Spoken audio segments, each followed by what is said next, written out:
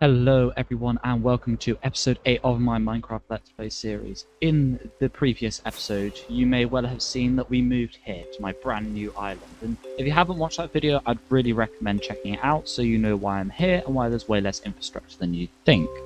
But in this video, we are going to be doing more with this area, but we're also going to have to do some other things, namely about my rocket supply. Now, while I do have wings, I only really have 46 rockets to my name, and while I can go out and kill creepers and harvest sugarcane manually, I'd really rather not. So in this episode, as you may well have already guessed, we are going to be working on not only building a mob farm, but also a farm for sugarcane as well.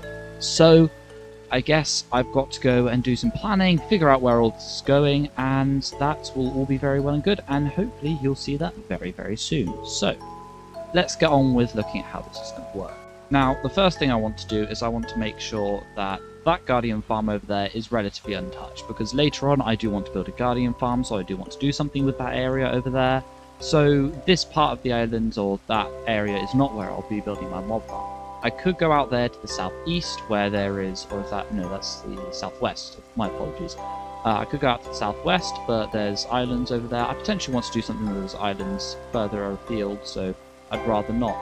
To my east, I believe there are also some island chains that I might want to use later, but to the north, there is relatively nothing in my way.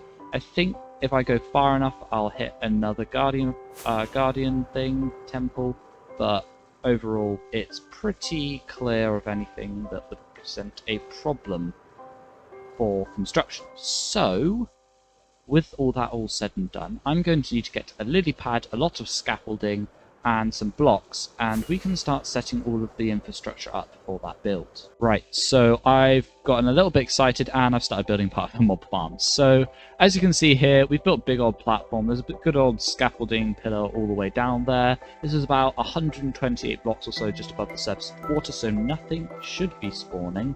There's nothing I can see, so that's a good sign. And from this, we will be able to make sure that all of the mob spawns we will have will exclusively be up in this lovely little skybox. So I have gone and decided that the mob farm's going to be going over here. This platform will still be visible, and it might be a problem when we're eventually expanding the base out to cover all of the peninsula, but with a little bit of work, I reckon we can make it all right. So without further ado, I'm going to pop into a time-lapse, because since indeed at that time it's going to take a lot of building to build this, and I reckon it's probably worth seeing. So, let's head straight into it.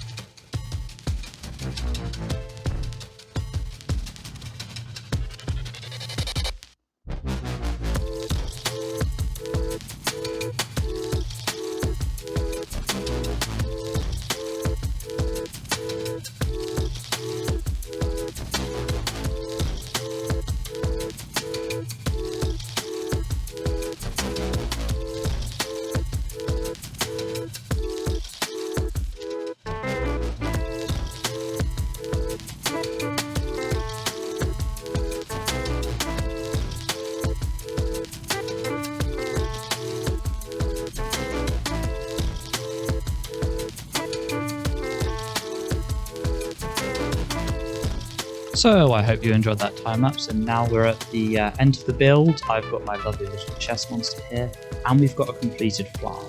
Now I've let it run for just a tiny bit, and it's already producing pretty well.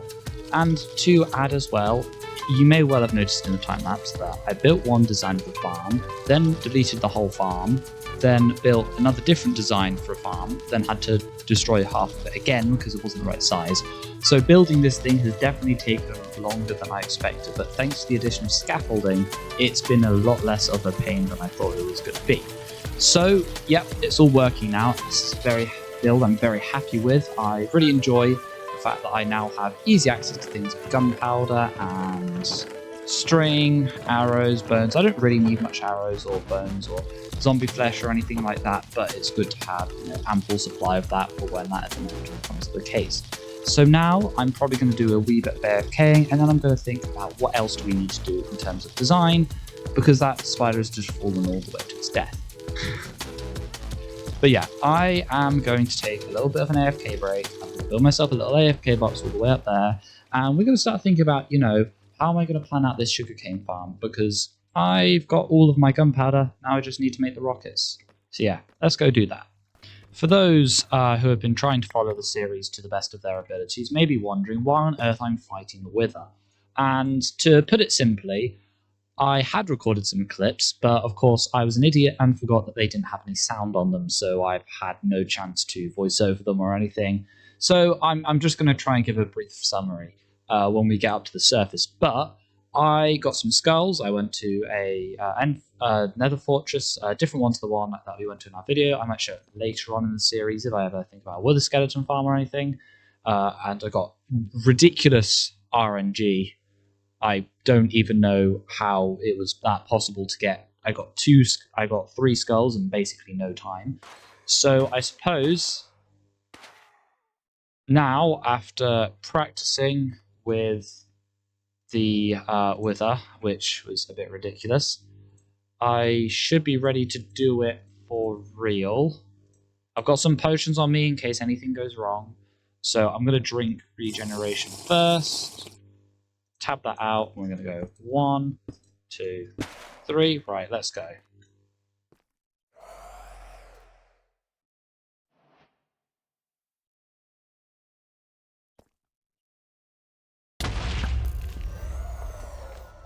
Oh great.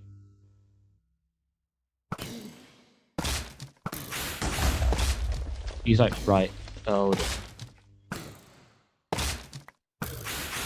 yeah, he's right there.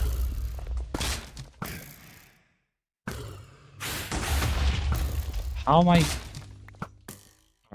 Alright, okay.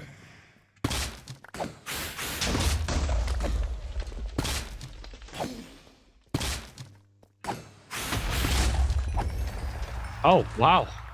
Yeah, that was not that tricky. Okay.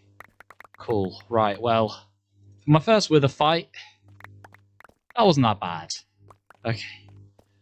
Phew, okay. Right. Now that we have a wither star, I can go and make a beacon.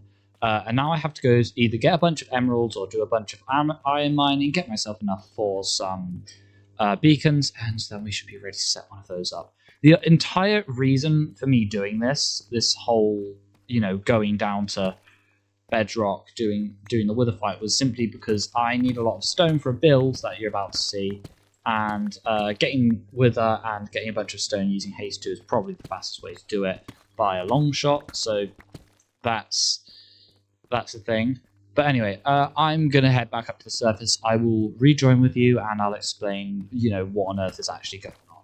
So I've worked a little bit on the idea for the centerpiece of my base. Now, this area here we worked on in the previous episode, as you may very well remember, is certainly something that I do want to expand in the future. However, that is not now, and I think while I've realized that, I need farms, I need resources, and I need that to do things, I also need a place just to be able to throw all of my stuff that isn't in my many, many shulker boxes. So that's the point of doing this. This is going to be a clock tower or a massive lighthouse. It's going to stand on this island, and it's going to look really cool. You should be able to see it from pretty far with my large render distance. And as with every base center, it is going to be the centerpiece.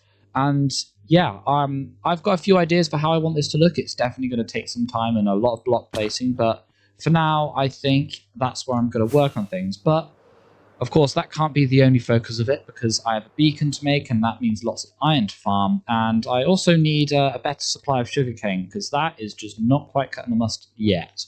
So I believe in a minute I will probably be plopping down some resources and working on an automatic sugarcane farm somewhere over in that direction. I don't know, and nor does this donkey actually know what that's going to look like. So we'll see in a bit.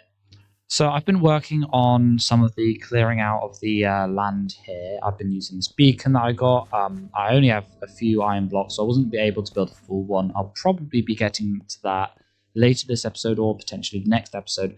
But for now, I want to be focusing on building out what will be the sugarcane farm. So right here, I'm thinking I would like to build an overhanging structure, sort of going over into the water a bit, maybe deepening this out so it's less irregular. I definitely want to get rid of some gravel on the seabed, because it's meant to be more sandy or dirty rather than having gravel, because that doesn't look as good. So that's what I'm thinking of doing. Over here will probably be a more raw and rundown looking area, because it's a factory, it's sort of just producing things. It's not a functional building like the Harbour Master's Tavern over there. But yeah, so I am going to hop into the time-lapse, and I will very much be building a lovely little farm right here that you can see. So, let's just get on with that.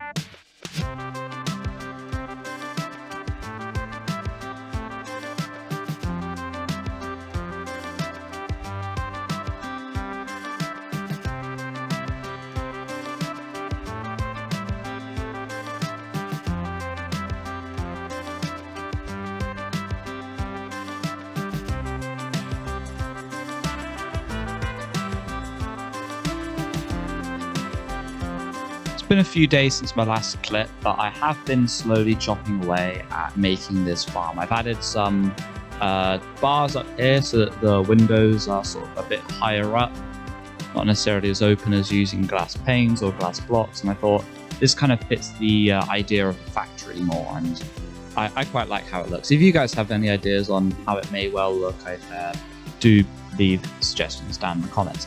But I have also been working underneath on clearing out some area, and even inside the farm on the flying machines that shall be going back and forth to harvest everything.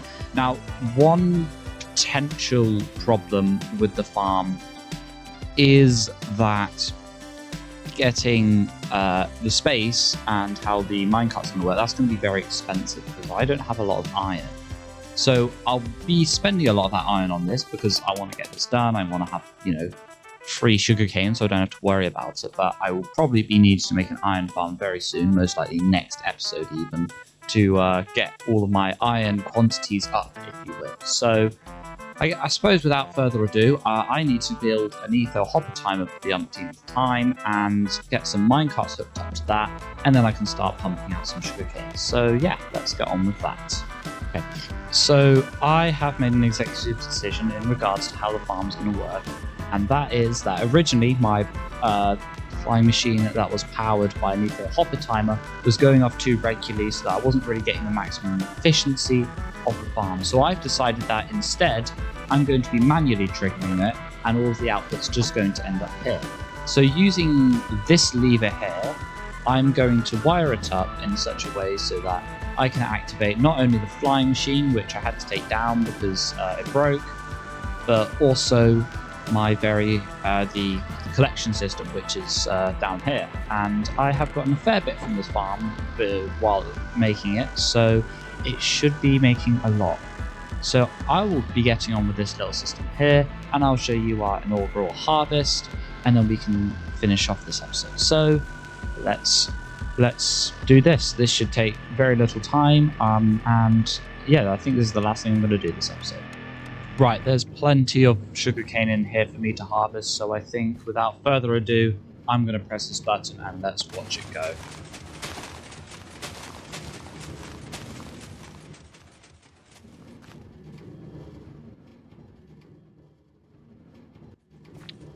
Oh, yep, there we are. That's it, harvesting. I mean, there's not much else to say other than, yep, that's how flying machines usually do their harvesting.